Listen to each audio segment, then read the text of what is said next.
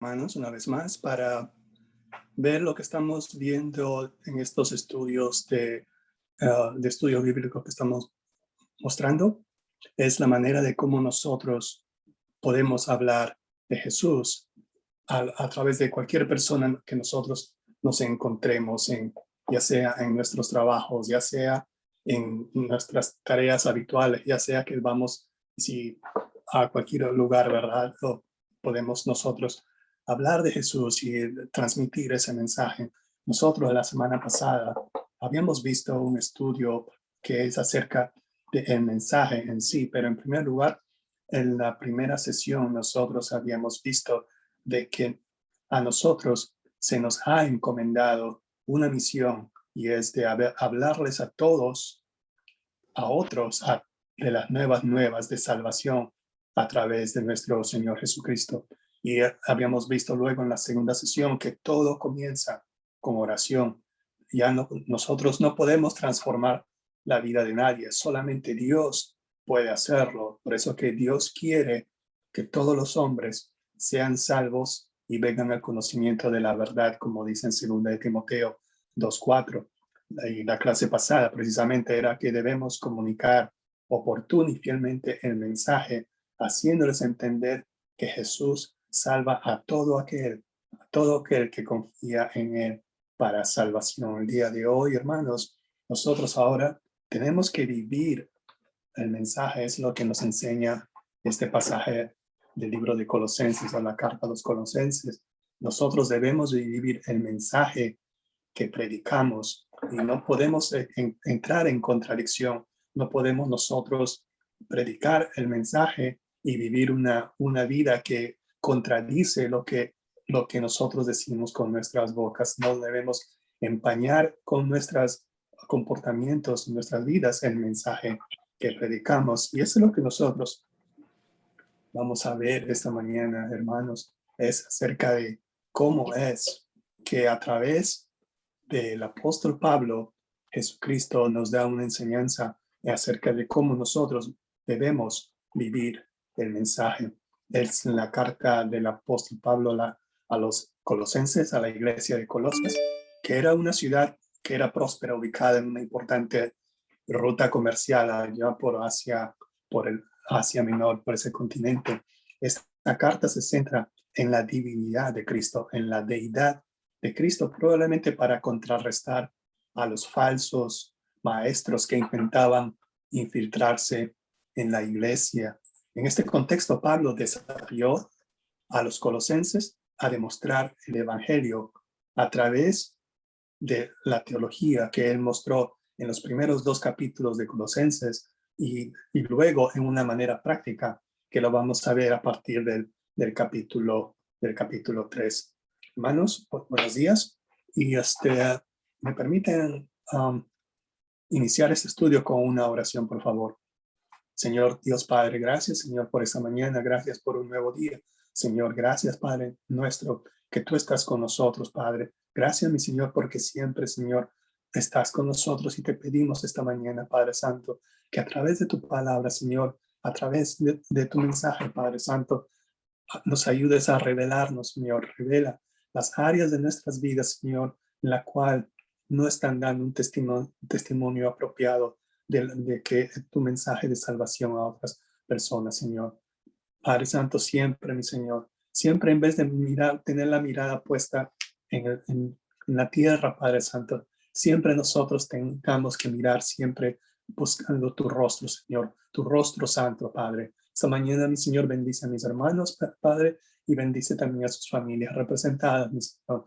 Te pido también por todas aquellas, mi Señor, que están también en algún tipo de reunión, mi Señor, estudiando tu palabra, mi Señor, que tu Espíritu, Señor, también esté con ellos en la manera como también está en nosotros, Padre.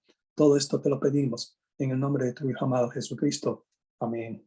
Y esta mañana, hermanos, nosotros ahora vamos a ver este pasaje del libro de Colosenses y empezamos con el capítulo 3. Cuando ya pues usted dice, sí pues, dice, ¿verdad? En el versículo 1.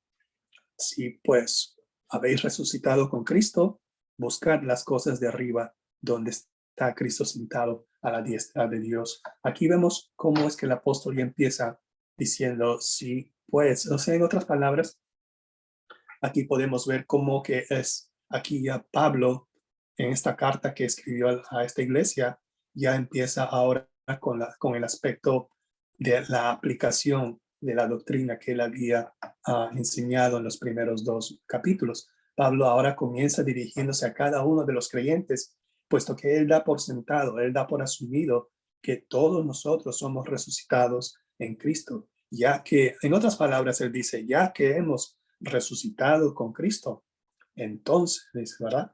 Entonces, ¿qué?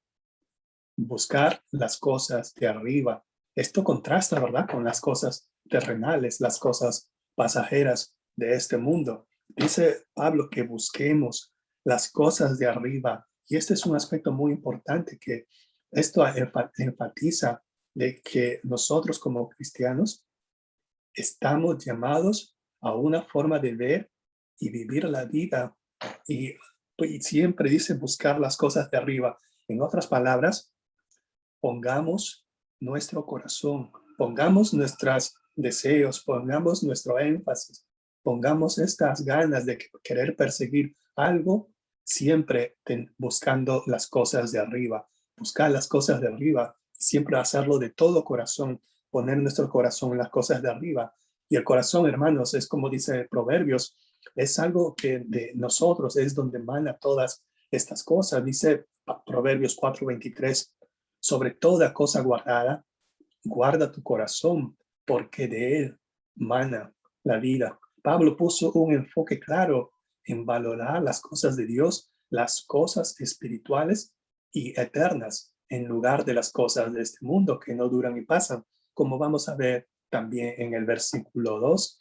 Ahora, hermanos, ¿por qué dice Pablo que no solamente busquemos las cosas de arriba, pero específicamente en el versículo 1, él dice, donde está Cristo sentado a la diestra de Dios? Sabemos, hermanos, de que Cristo es Dios y él está sentado a la diestra del Dios Padre. En el Salmo 110 y el versículo 1 dice, así dijo el Señor a mi Señor, siéntate a mi derecha hasta que ponga a tus enemigos por estrado de tus pies. En ese sentido, hermanos, el aspecto por el cual el apóstol Pablo específicamente que cuando él nos dice que cuando busquemos las cosas de arriba, cuando depositemos nuestro corazón buscando las cosas de arriba, que sea a donde está Cristo sentado a la diestra de Dios. Es porque hay algo también muy verdadero, hermanos, y este es el aspecto espiritual. En el mundo espiritual no solamente está Dios, en el mundo espiritual hay huestes de maldad. Y a veces, hermanos, lo curioso es que estuve ayer buscando algún tipo de lectura adicional que pueda soportar o reforzar la clase de hoy y solamente puse en Google mundo material, mundo espiritual. Lo único que encontré fueron cosas que realmente uno se puede perder si es que no tiene una sólida base bíblica. Habla acerca de Krishna, habla acerca del New Age, de la nueva era, tantas cosas que se inventan y que todas creen que es espiritual. Y eso podemos ver, hermanos, que no es del Señor. Y es en efecto, el apóstol Pablo nos habla acerca de que el mundo espiritual no es necesariamente algo que realmente debemos buscar. Si es que vamos a buscar lo espiritual, si es que vamos a buscar las cosas de arriba, que sea donde Cristo está sentado a la diestra de Dios. En Efesios 6, versículo 12, el apóstol Pablo nos advierte.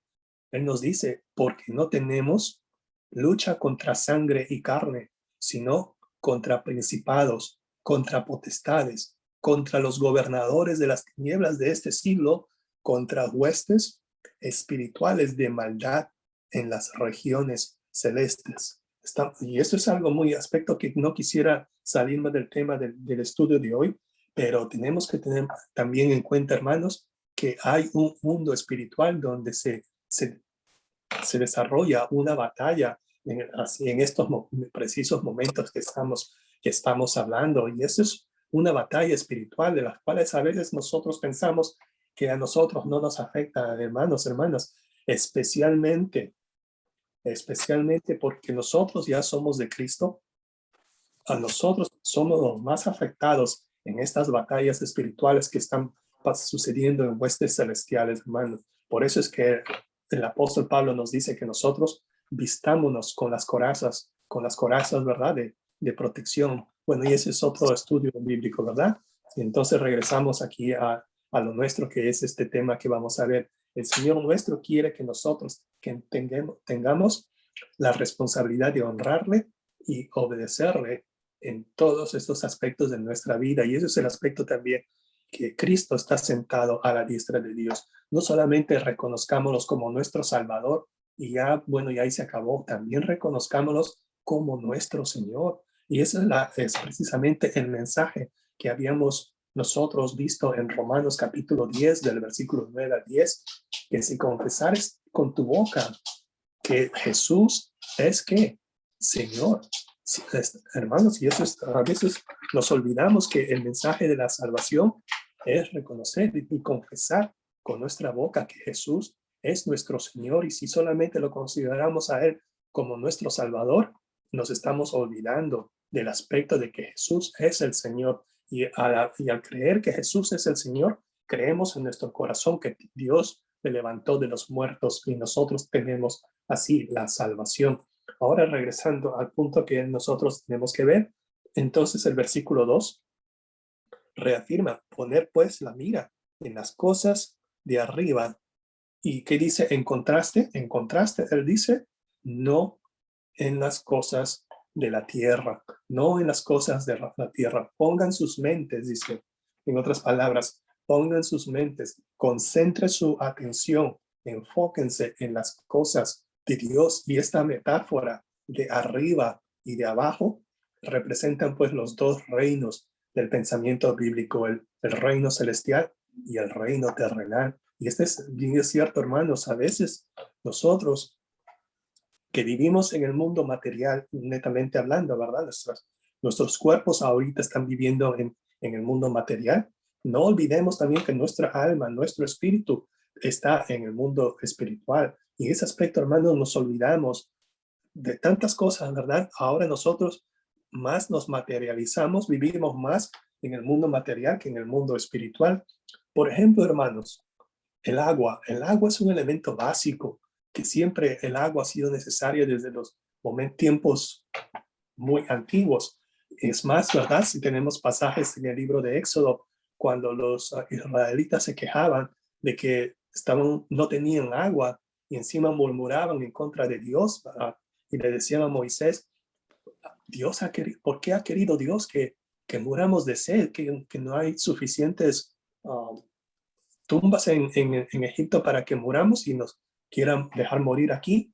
A veces pensamos así, ¿verdad? El agua es algo que Dios nos lo da, pero ahora en el mundo actual, hermanos, hermanas, vivimos ahora más materializados. Sabemos que si no tenemos agua, pues aquí nomás me voy al Kroger y me compro unas botellas de 24, un bloque gracias, hermano, un bloque de 24 botellas, ¿verdad? Y ya se acabó el problema. Bueno, no sé si se podrá bañar con 24 botellitas de agua, ¿no? Pero, hermanos, a veces eso es lo primero que pensamos. Y a veces, hermanos, esa es una llamada de atención, tanto para mí, hermanos, hermanas, como quizás para algunos de los demás. Hermanos, hermanas, siempre, hermanos, tengamos siempre presente de que de Dios proceden todas las cosas. No es a través de nuestro medio financieros que podemos adquirir el agua. No es a través de cosas que realmente la tecnología ha creado para hacer más fácil el suministro de agua. Imagínense, hermanos, en esos tiempos antiguos, la gente cómo imploraba a Dios de que llueva para que sus cultivos no se pierdan. Y ahora es más sencillo, ¿verdad? Ahora hasta creo que hay elementos como para disparar no sé qué cosas, elementos químicos en el cielo para que generen nubes y de esa manera caiga lluvia. Entonces, que de verdad ya nosotros prácticamente estamos olvidando de que Dios es el primero que suple nuestras necesidades. A veces, hermanos, inclusive cometemos una situación de que a veces decimos, bueno, ahora lo que queda, lo último que queda es pues orar.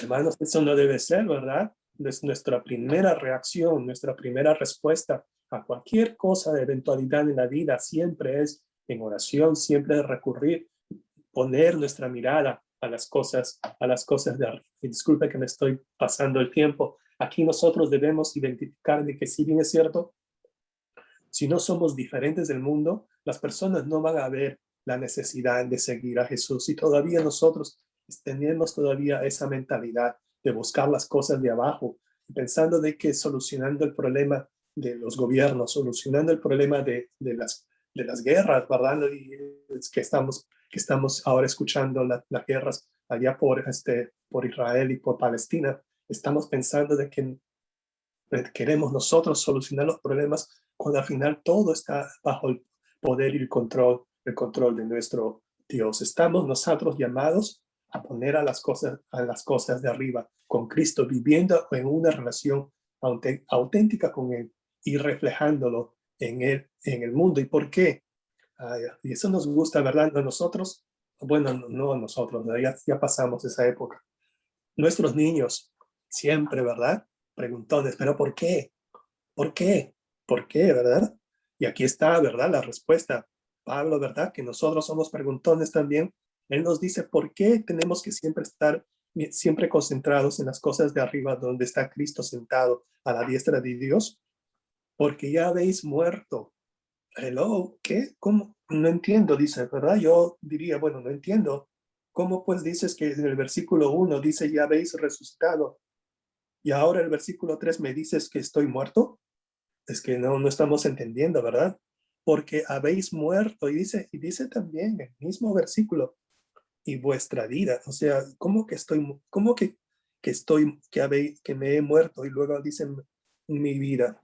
En ese sentido, hermanos, tenemos que ver aquí que Pablo está diciendo que nosotros ya hemos muerto al pecado, como dice en Romanos 6:2, porque los que hemos muerto al pecado, ¿cómo viviremos aún en él? Nos dice Pablo en Romanos 6:2, en Gálatas 6:2, en Gálatas 2:20 también dice, con Cristo dice, estoy juntamente crucificado y ya no vivo yo, mas vive Cristo en mí. Lo que ahora vivo en la carne, lo vivo en la fe del Hijo de Dios. Y también dice, y porque hemos resucitado con Cristo, tenemos una nueva vida con Él. Eso también lo vemos en Romanos 6, del 3 al 4. ¿No sabéis que todos los que hemos sido bautizados en Cristo Jesús, hemos sido bautizados en su muerte, porque somos sepultados juntamente con Él para muerte por el bautismo, a fin de que como Cristo resucitó de los muertos, por la gloria del Padre, así también nosotros andemos en nueva vida. Sin embargo, ¿verdad? Ese es el kit del asunto. Cristo es nuestra vida.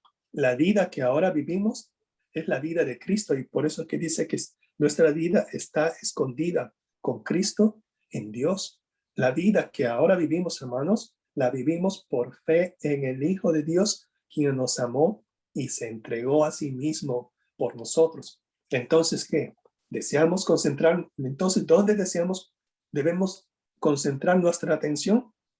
Leamos nuevamente el versículo 1, ¿verdad? Y se los voy a dejar a ustedes que lo vuelvan a leer. Ahora pasemos, ¿verdad? A los siguientes puntos, que es acerca de qué vestidura nos debemos de vestir. Es una vestidura, ¿verdad? Pablo aquí emplea una metáfora de la manera como dicen nosotros nos debemos vestir. Vestidos, pues, en otras palabras, otro mandamiento, ¿verdad?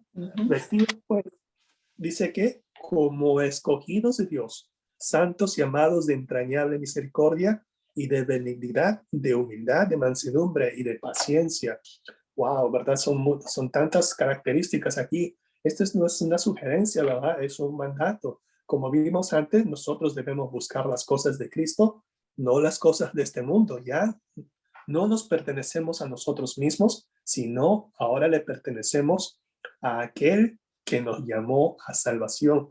Por eso dice que ahora nosotros somos escogidos, somos santos, somos amados, somos escogidos porque nos dice Dios a través de Pablo, dice que Dios nos escogió en él antes de la fundación del mundo. Y asimismo, también Dios nos dice, sed santos, porque yo soy santo, dice Dios a través del apóstol Pedro. Así también Pablo dice que en amor, habiéndonos predestinado para ser adoptados hijos suyos por medio de Jesucristo. Y aquí nos dice, ¿verdad?, que una de las características que nosotros nos debemos vestir, de las maneras como nosotros nos debemos vestir, es de entrañable misericordia. Y no simplemente de misericordia, hermanos. Dice de entrañable. ¿Qué significa entrañable? Algo así como de nuestras entrañas, de algo de nuestro corazón, de algo de nuestro ser. Nosotros debemos siempre estar vestidos de esa misericordia. Debemos también caracterizarnos por nuestra bondad, en otras palabras, benignidad. Debemos caracterizarnos por esta humildad. Uy, aquí cuánto nosotros, ¿verdad? Debemos, dice, caracterizarnos por esa humildad, por esa mansedumbre. Oh, también, ¿verdad? Uy, no sé cuántos, ¿verdad? Lo hacemos. Y también, y eso también, ¿verdad? Sobre todo aquí en este país, paciencia, que nos vistámonos de paciencia. Hermanos, Pablo desafió no solamente a los colosenses, sino también a cada creyente, a cada seguidor de Cristo Jesús, que usted y yo somos, que debemos demostrar estas cualidades que reflejen el carácter de Cristo. Sin embargo, a veces, hermanos, como en la vida, ¿verdad? Tenemos nuestras ropas, siempre tendemos a buscar una ropa favorita, siempre dicen, no, es que con esta ropa yo me veo más bien, no, pero es que, no, ya, o deja esa, como dicen, ¿verdad? Deja ese mugrero, dicen, no, ya eso ya fue, dicen, ¿no? Ya nosotros ya no somos, ahora somos, vistámonos de una nueva humanidad, de la humanidad de Cristo, con estas características. Hermanos, ¿debe ser fácil? Yo no creo que deba ser fácil, hermanos, pero ahorita vamos a ver qué es lo importante, qué es lo que vamos a ver, cómo se puede lograr esto. Tener mansedumbre, también conocida como gentileza, amabilidad, indica un tremendo poder mantenido bajo control, así como un caballo es controlado por un jinete. Dice también en los versículos 13, y esto no es todo, hay más, dice, ¿verdad? ¿Que más? Sí, más, aquí viene más, dice, ¿verdad?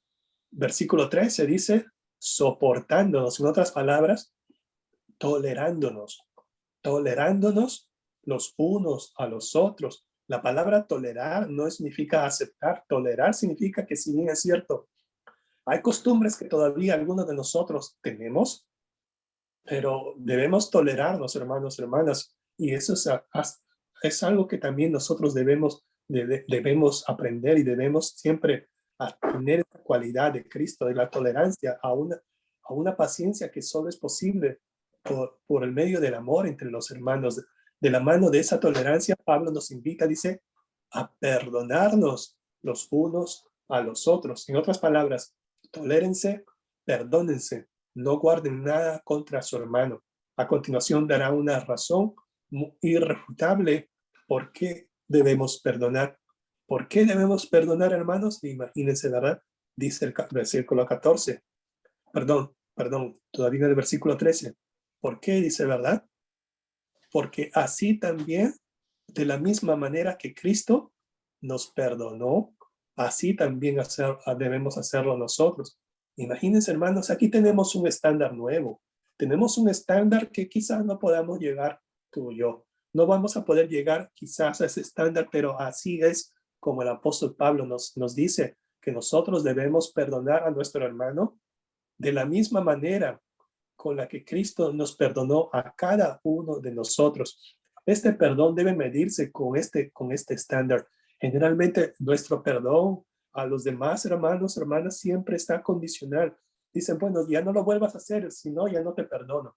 O a veces, ¿verdad? Como dice una canción que a veces siempre me trae en la memoria, es que te perdone Dios porque yo no te perdono. Dice, no, así no es, hermanos, hermanas, que nosotros debemos perdonar de la misma manera que Dios nos ha perdonado a cada uno de nosotros. Y eso debemos reflexionar sobre esa gran abundancia de la gracia y el perdón de Dios hacia nosotros, debería impulsarnos a estar mucho más dispuestos a ofrecer gracia y perdón a los demás. ¿Y qué más? ¿Hay algo más? Claro que sí, hermanos, hermanas. Hay una prenda más que Pablo nos exhorta a utilizar, a vestir. Así como nosotros, bueno, los varones, ¿verdad? Siempre llevamos camisa, llevamos pantalones y siempre nos ponemos la camisa primero y los pantalones encima, ¿verdad? Pero ¿qué pasa si no llevamos un cinturón? ¿Qué pasa si no llevamos una correa? Todo lo que nos hemos vestido bien, todo se va, ¿verdad? Todo se desmorona. Hay una prenda muy importante que debemos siempre estar presente, dice el apóstol Pablo, si sobre todas estas cosas, de las que ya nos ha hablado en los versículos 2 y 13, sobre todas esas cosas, vestidos de ¿qué? De amor. Vestidos de amor, que es, ¿por qué dice que es el vínculo perfecto? Cuando dice vínculo perfecto, dice que este tipo de prenda es lo que amarra todo o lo que sostiene todo. Si nosotros no nos ponemos el cinturón en los pantalones, se nos caen los pantalones, hermanos, hermanas, y eso es verídico, ¿verdad? Si las camisas se nos sale de los pantalones y al final todo es un desorden, ¿verdad? El amor es el vínculo perfecto que mantiene unidos a todos nosotros como cristianos y nos mueve hacia la madurez espiritual. Y el amor, ¿verdad? Con ese amor que la gente ve, que nosotros nos amamos los unos a los otros, ese es el tipo de amor, es un entorno así. Las personas suelen estar más abiertas a escuchar el mensaje de la salvación. Cubrirnos en el amor de Dios nos protege y atrae a otros que ven en nosotros ese amor. En esto dice nuestro Señor Jesucristo, ¿qué es esto? En que nosotros nos amemos los unos a los otros como Cristo nos amó, ¿verdad? Como dice Juan 13:34, un mandamiento nuevo os doy, que os améis unos a otros como yo os he amado, que también os améis unos a otros. Y en esto dice nuestro Señor Jesucristo, en esto conocerán todos que sois mis discípulos, si tuvieren amor los unos a los otros. Luego dice el versículo 15, hermanos, dejemos que la paz de Dios gobierne nuestros corazones. Si leemos rápidamente el versículo 15, quizás pensemos de que ese es un pedido de oración de Pablo, que bueno, y la paz de Dios gobierna vuestros corazones. No, no es un pedido de oración, no es algo que Pablo está deseando, más bien, él está pidiendo de que nosotros permitamos que al nosotros estar vestidos de esta nueva humanidad, al estar vestidos de estas nuevas características en Cristo, nosotros de esa manera dejemos que la paz de Dios gobierne en nuestros corazones. Dejemos que al final esa paz de Dios controle nuestros corazones y ese es el aspecto que al final nosotros siempre debemos buscar. Y eso no es todo, ¿verdad? A veces cuando escuchamos estos infomercials, ¿verdad? Que a veces vemos en la televisión, ¿qué? ¿Y hay más? Sí, hay más, hermanos. Como dicen, ¿verdad? Postdata, como dice una cosita más, dice, ¿verdad? Que dice el último parte del versículo 15, seamos agradecidos. Seamos agradecidos, siempre demos gracias. La acción de gracias quita los ojos de nosotros mismos y nos ayuda a enfocarnos más en Dios, hermanos. La acción de gracias nos quita esta mirada que es, ¿qué hay, y qué hay para mí? ¿Qué voy a ganar yo de todo esto? ¿Dónde está mi beneficio? No, hermanos. Al final nosotros, cuando damos gracias a quien nos dio todo, a quien nos da todo, al final nos ayuda a enfocarnos en Dios. Y en ese sentido es aquí como el apóstol Pablo ahora él nos dice, ¿verdad? La palabra de Cristo. La semana pasada habíamos dicho acerca de qué cosa significa la palabra de Cristo, la palabra de Dios. A veces, hermanos, queremos siempre saltarnos inmediatamente es que escuchamos nosotros el término palabra, ya estamos pensando mecánicamente que estamos hablando de la Biblia. No necesariamente, hermanos, cuando en la palabra de Dios habla acerca de palabra en sí, está pensando en las escrituras, está pensando en las cosas que están escritas en el libro sagrado. Aquí estamos diciendo la palabra de Cristo. En otros aspectos se refiere a las enseñanzas de Cristo, tanto que se encuentran directamente en los evangelios como en las explicadas por los apóstoles. Según Pablo, las enseñanzas de Jesús viven dentro de los creyentes de una manera poderosa. Y este versículo enumera 3 aplicaciones específicas de la palabra de Cristo que habita en la presencia de cada uno de nosotros. Y el primer aspecto es enseñanza. La palabra de Cristo nos instruye, hermanos, nos instruye y nos enseña, al mismo tiempo que la palabra de Cristo también nos exhorta.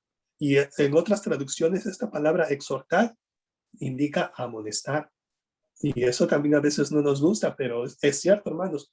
La palabra de Cristo también nos amonesta cuando realmente, cuando nosotros estamos equivocados en algo, la palabra de Cristo también nos amonesta, nos exhorta a que cambiemos de parecer, a que cambiemos de actitud. En tercer lugar, la palabra de Cristo nos anima a cantar, nos anima a dar alabanza al Señor. Y aquí Pablo no está diciendo que solamente hay 3 tipos de actos de canciones. No solamente habla de salmos, no solamente es himnos y no solamente es cantos espirituales. Él solamente lo dice 3, ¿verdad? Pero puede haber más. El propósito aquí simplemente es afirmar que todos los tipos de música deben usarse para permitir que la palabra de Cristo more más profundamente en nosotros.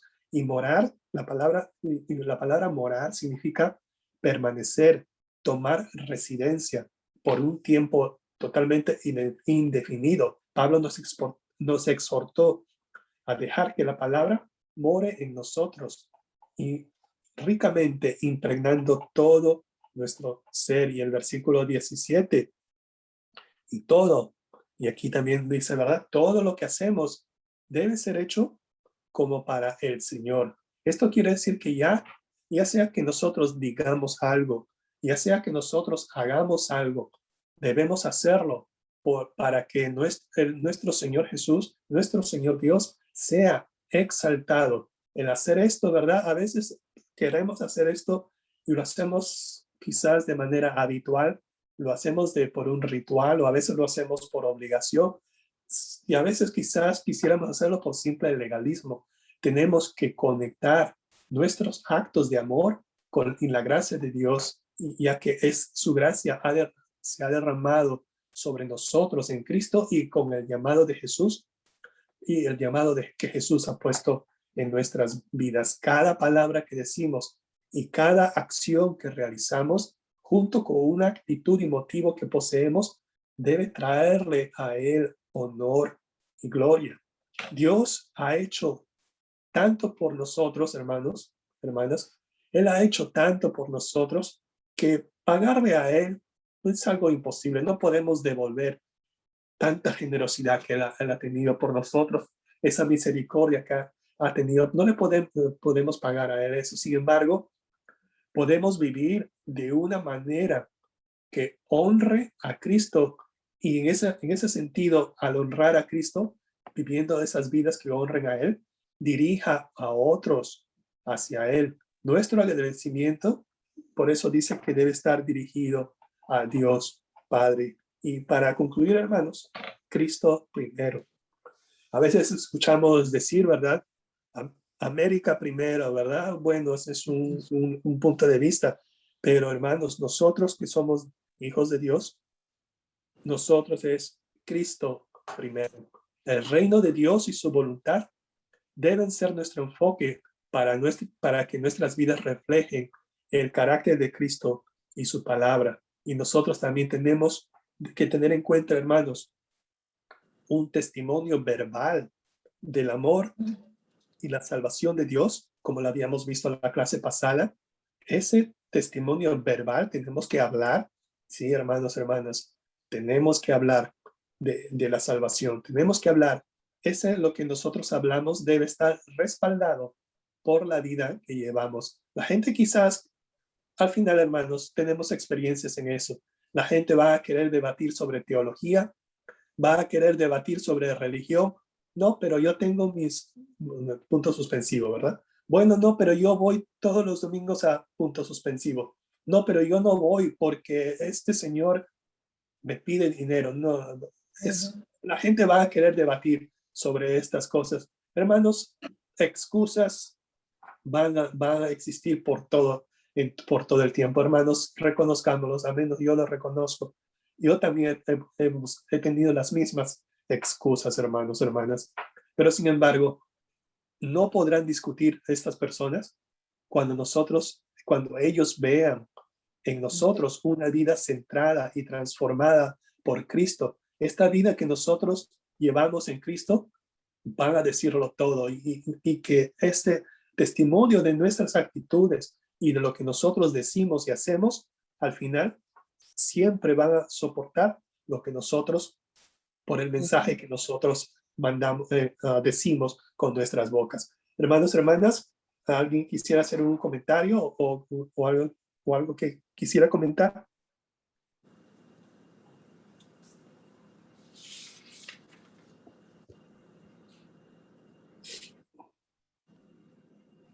¿Sí? ¿No? ¿O quieren hacer preguntas? Hagan preguntas, ¿verdad?